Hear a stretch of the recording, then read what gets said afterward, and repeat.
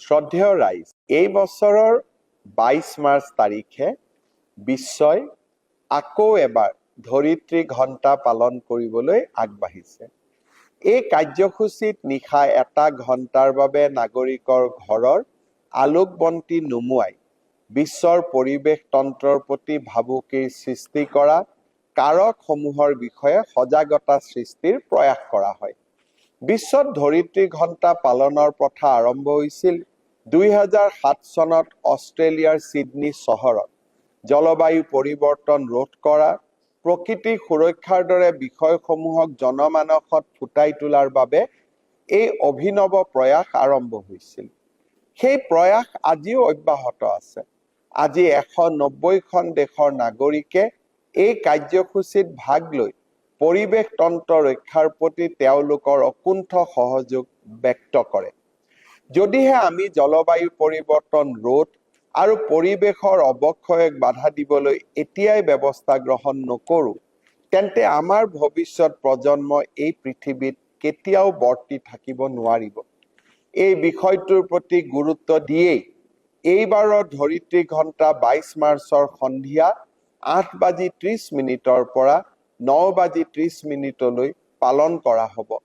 সেই সময়ত আপোনালোকৰ ঘৰ, কাৰ্যালয়, ব্যৱসায়িক আৰু ৰাজহুৱা প্ৰতিষ্ঠান আদিত উক্ত 60 মিনিটৰ বাবে আলোকবন্তি নুমুৱাই এই ধৰিত্ৰী ঘণ্টা পালন কৰিবলৈ মই আহ্বান জনালোঁ।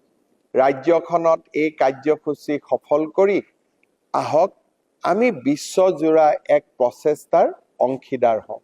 ধন্যবাদ। শ্ৰদ্ধেয় ৰাইজ, এই বছৰৰ 22 মাৰ্চ তাৰিখে বিশ্বই আকৌ এবাৰ ধৰিত্ৰী ঘণ্টা পালন কৰিবলৈ আগবাঢ়িছে।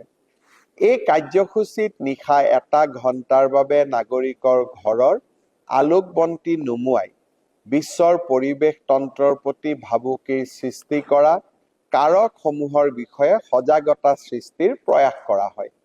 বিশ্বত ধৰিত্ৰী ঘণ্টা পালনৰ প্ৰথা আৰম্ভ হৈছিল 2007 চনত অষ্ট্ৰেলিয়াৰ ছিডনী চহৰত। জলবায়ু পৰিৱৰ্তন ৰোধ কৰা, প্ৰকৃতি সুৰক্ষাৰ দৰে বিষয়সমূহক জনমানসত ফুটাই তোলাৰ বাবে এই অভিনৱ প্ৰয়াস আৰম্ভ হৈছিল। সেই প্ৰয়াস আজিও অব্যাহত আছে।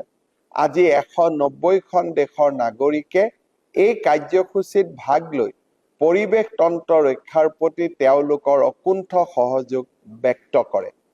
যদিহে আমি জলবায়ু পৰিৱৰ্তন ৰোধ আৰু পৰিৱেশৰ অৱক্ষয়ক বাধা দিবলৈ এতিয়াই ব্যৱস্থা গ্ৰহণ নকৰোঁ, তেন্তে আমাৰ ভৱিষ্যত প্ৰজন্ম এই পৃথিৱীত কেতিয়াও বৰ্তি থাকিব নোৱাৰিব।